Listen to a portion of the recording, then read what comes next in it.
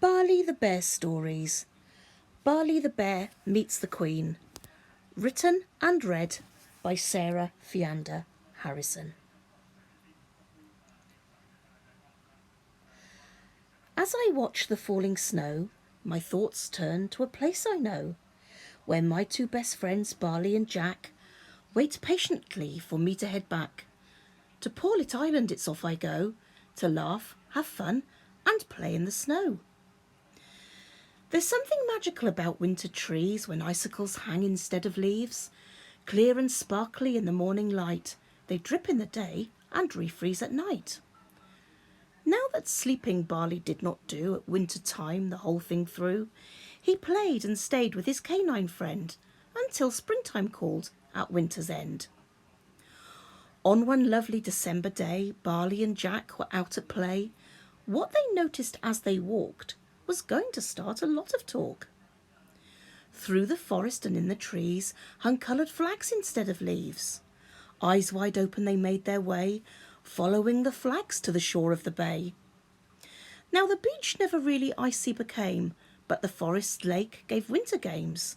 Ice skating and dancing and sliding around, it was usually where Jack and Barley were found. But at the beach the two friends stopped and looked at the jetty where their family boat docked. Decked out in white and blue and red, hung silhouettes of the England's Queen's head. Complete with crown, she looked very grand, and looking around they saw a throne on the sand. A seat of red velvet that was fit for a queen, not just a strange sight, was a very strange scene. Bears and dogs by now should know, magical things happen when it snows. They watched as people scurried about, and as a red carpet they then laid out. This rather grand carpet stretched away from the sand at the shore of the bay, and onto the path that led them towards a remote log cabin away from the shore. All the path was carefully laid with royal red carpet, and the impression it gave was one of great grandeur against icy glow, this magic carpet laid on the snow. Jack saw his family wearing gloves, scarves and hats. Why were they standing around like that?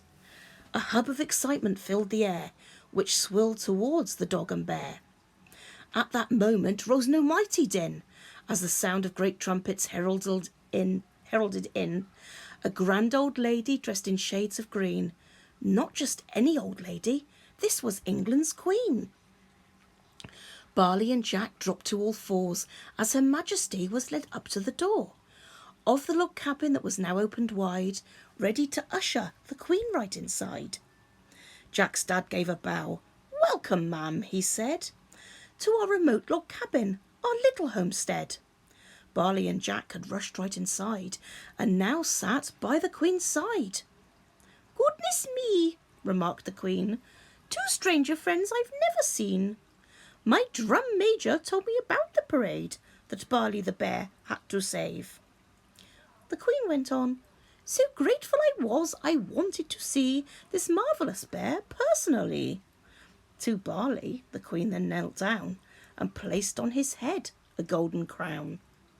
"Little bear, you saved the parade. For all the sick children their day you made. The marching band was to bring them cheer, lovely memories that they could keep near. And when their mascot ran away, you saved in to save the day. And for that, little bear, I would like to reward your selfless act with this special award." Barley arose, feeling a great sense of pride. To do good for others he always tried. But before good deeds, problems he solved. He felt like a hero of storybooks old. The Queen bade farewell and went on her way, escorted by guards to the shore of the bay. Jack and Barley followed her out, before his family then found out. Once the throne was stowed on board, the motorboat sped away from the shore.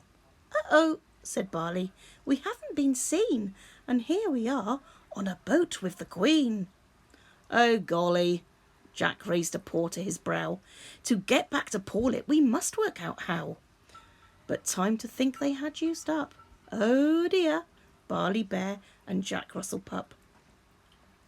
The Queen stepped from her most royal craft, but did not look behind, or should we say aft, for if she had, the friend she'd have spied on her boat on the incoming tide.